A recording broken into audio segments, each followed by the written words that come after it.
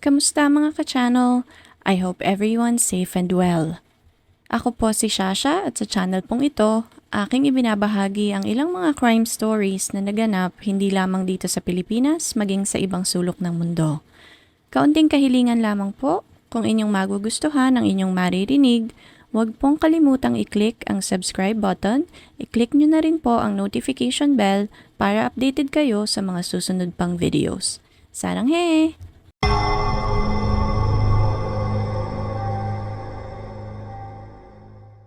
Ang pagoda sa Wawa, na nakilala rin bilang kapistahan ng pagoda sa Bocaue, ay isang pagdiriwang na idinaraos sa bayan ng Bocaue, Bulacan sa pulo ng Luzon tuwing unang linggo ng Hulyo. Ipinagdiriwang sa pistang ito ang pagkakatuklas ng mahimalang krus na nakalutang sa ilog ng Bocaue mga 200 taon na ang nakakalipas. Ayon sa alamat, taong 1885 nang makitang nakalutang ang isang itim na krus sa bukana ng ilog ng Bocaue na mas kilala noon sa tawag na Wawang Kapis, sa lugar kung saan nagtatagpo ang tubig mula sa ilog ng Bulacan at ng Manila Bay. Isang tagapangalaga ng palaisdaan na taga-Bangbang ang nag-aho ng itim na krus at ito ay kanyang inilagay sa kanyang munting tahanan. Di kalaunan ang mangingisdang ito ay nabalisa at sinabing dapat yata ay ibahagi niya sa mga tao ang yaman na kanyang nahanap kaya't ipinakita niya ang krus sa kanyang mga kanayon. Sa pagkakita sa krus, ang mga tao ay napuno ng hiwaga at pagkamangha. Naniwala ang kanyang mga kanayon na iyon ay isang biyaya at isang palatandaan mula sa may kapal. Ayon din sa mga kwento noon, taimtim na nagdadasal ang mga tao sa krus sa tuwing darating ang tagtuyot. Humihiling sila ng ulan para sa masaganang ani. Sa mga panahon naman na tag-ulan, araw at init ang hiling ng mga tao. Matapos ang isang taon sa pagkakasagip sa krus, nagpasya ang mga tao na magsagawa ng 9 na araw na lutrina. Ibang-iba ang buhay noon sa Bocaue. Marami ang taga roon na nakatira malapit sa ilog at ang pangunahing transportasyon ng panahong iyon ay sa pamamagitan din ng pagsakay ng bangka, kaya't ang prosesyon ng krus ay isinagawa rin sa ilog. Nilagay ng mga taga-nayon ang krus sa isang malaking tesko habang ang mga taga-nayon naman ay sakay sa kani-kanilang mga bangka. Dito nagsimula ang tradisyon ng ligiran. Noong taon ding iyon, kinilala ng simbahan ang taimtim na pananampalataya ng mga tao sa banal na krus, kaya't nagpasya silang iluklok ang krus sa simbahan upang mabigyan ito ng pagpapahalaga at parangal. Makalipas ang ilang taon, nagkaroon ng malaking sunog na siyang tumupok sa simbahan ng Bocaue, ngunit ang banal na krus ay himalang nakaligtas mula sa pagkakasunog. Maraming kalamidad ang nangyari sa bansa lalo na sa gitnang Luzon, mga lindol, bagyo at epidemya ng kolera ang lumaganap at sa kabila ng mga hamong ito, nanatiling ligtas ang Bocaue sa bawat kalamidad. Magmula noon ay naging tradisyon na ng Bocaue, Bulacan ang paggunitang isinasagawa tuwing unang linggo ng Hulyo. Tinawag ito sa kasaysayan bilang Pagoda sa Wawa na kilala rin sa mga tawag na Bocaue River Festival, Bocaue Pagoda Festival at Pista ng Mapagpalang Krus sa Wawa. Ang replika ng krus ay inilalagay sa pagoda na ipinaparada sa ilog sa pamamagitan ng mga bangkang pinalamutian at ginagabayan ng mga bangkang makukulay. Ito ay dinadaluhan ng mga lokal ng Bulacan at dinarayo rin ng mga deboto galing sa iba't ibang panig ng bansa. July 2, 1993, mga bandang 9:00 ng gabi, ang kapistahang dapat sana ikasiyahan ng dala ay nauwi sa trahedya. Sa gitna ng sayawan, kantahan at kainan, napansin ng mga deboto na unti-unting lumulubog ang pagoda. Higit sa nararapat na bilang ng tao ang sakay ng pagoda dahilan upang hindi kayanin ng bangka ang bigat. Ang hindi patay na bigat sa magkabilang bahagi nito kasabay ang pagdagsa ng mga tao ang nakitang dahilan sa kalunos-lunos na sinapit ng malaking pagoda. Ang mga bata at matatanda ay walang tigil sa pag-iyak at paghingi ng saklolo habang karamihan sa mga tao ay nalulunod na sa kailaliman ng ilog. Ang madilim na lugar ng Wawa, nagkataon naman na brownout noon, ay nabalot ng iyakan at paghingi ng saklolo. Bumigay ang mga bangkang kinalalagyan ng pagoda at unti-unting lumubog sa malalim at maburak na ilog. Malagim ang pangyayaring iyon dahil sa sobrang dilim ay hindi maaninag ng mga nais tumulong ang mga taong kailangan nilang sagipin. Mabilis ang pangyayari dahil ilang saglit lang ay biglang nanahimik ang ilog. Hudyat na ang iba ay ligtas na at ang iba naman sa kasamaang palad ay nalunod na at binawian na ng buhay. Kinabukasan ay laman na ng lahat ng balita ang naganap. Ipinalabas sa telebisyon ng mga bangkay na nakuha galing sa ilog at talaga namang nakakapanindig balahibo ang nangyari. Makikita ang kalunos-lunos na sinapit ng nalunod na buntis, mga bata at iba pang dumalo sa pagdiriwang. Nakakalungkot makita ang itsura ng mga lumobo nilang katawan dahil sa pagkababad sa tubig, kasama pa dito ang amoy ng hanging nalalanghap na nagmumula sa lugar kung saan nakalatag ang mga bangkay. Simpatya ang naramdaman ng buong sambayanan sa mga kaanak na mga nasawi. Ang makita mo silang nagiiyakan, balisa at tuliro habang isa-isang sinusuri ang mga katawang nakahilera sa pangpang. Sa pagbabaka sakaling nadoon ang mga mahal sa buhay ay dumurog sa puso ng mga taong nandoon mismo maging sa mga taong nanonood lamang ng balita sa telebisyon. Kasama sa mga nasawi ang 13 years old na si Sajid Bulig, ang batang bayani na sumagip sa 4 na bata.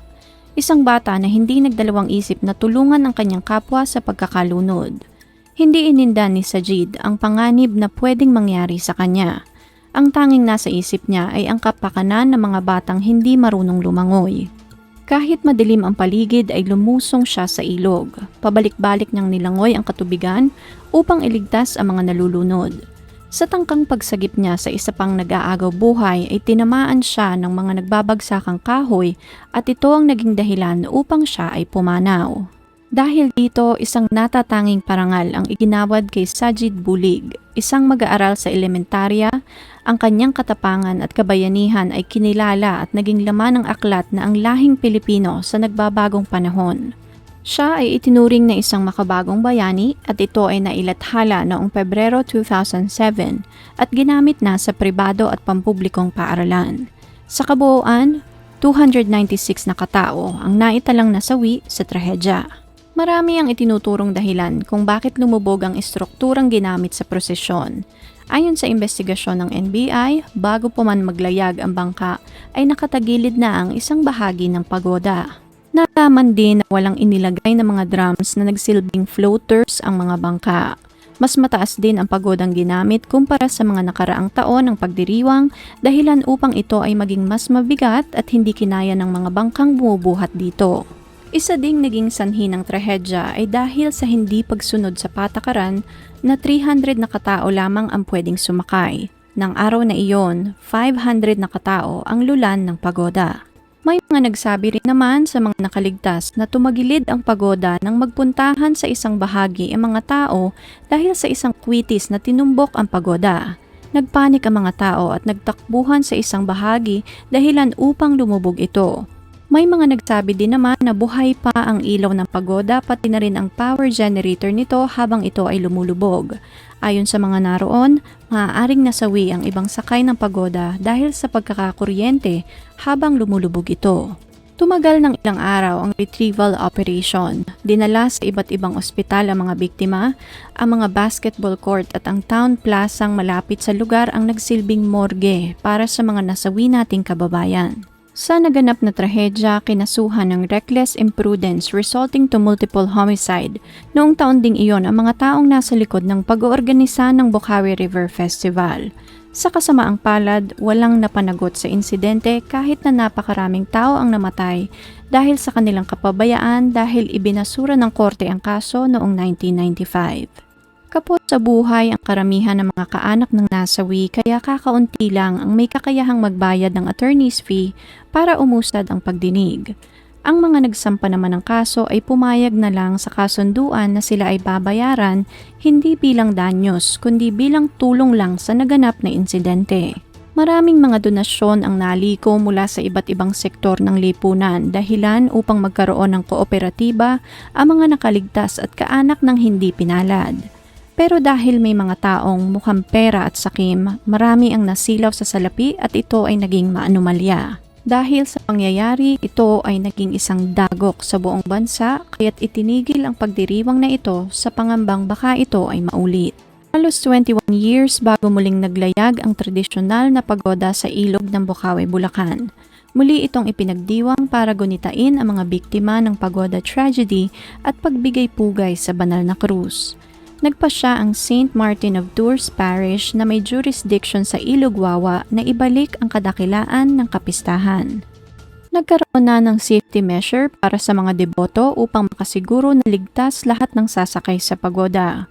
Isang 48 feet o 3-story high pagoda ang ginawa noong 2014 para sa Bocaue River Festival. Tanging 150 devotees lamang ang pinapayagang sumakay at bawat pasahero ay kailangan ng mag-register at magsuot ng life vest habang nakasakay sa pagoda. Isang damdaming mensahe naman ang ipinaabot ni Padre Daniel Coronel sa muling pagsisimula ng festival. Ayon sa kanya, kami ay nasaktan ngunit ang tradisyon ay nabubuhay pa rin. Kapag nasaktan kami, bumabagal kami, ngunit hindi ibig sabihin na titigil kami. Rather, we gather more strength. That's what happened with the festival. Now that it's back, you can feel the passion for the tradition, the kind of passion na hindi kumukupas kahit anong mangyari.